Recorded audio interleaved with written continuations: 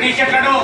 మన కోడుమూరు దాదైనటువంటి శ్రీ శ్రీ శ్రీ లక్ష్మీ వెంకటేశ్వర స్వామి దేవస్థాన ఆలయ కమిటీ చైర్మన్ అయినటువంటి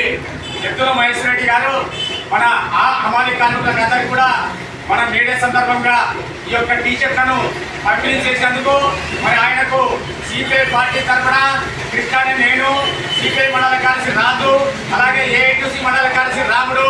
అలాగే ఏఐటీసీ నాయకులైనటువంటి మధు గారు, అలాగే హమాలి కొత్త సీనియర్ కార్మికుల నాయకులైనటువంటి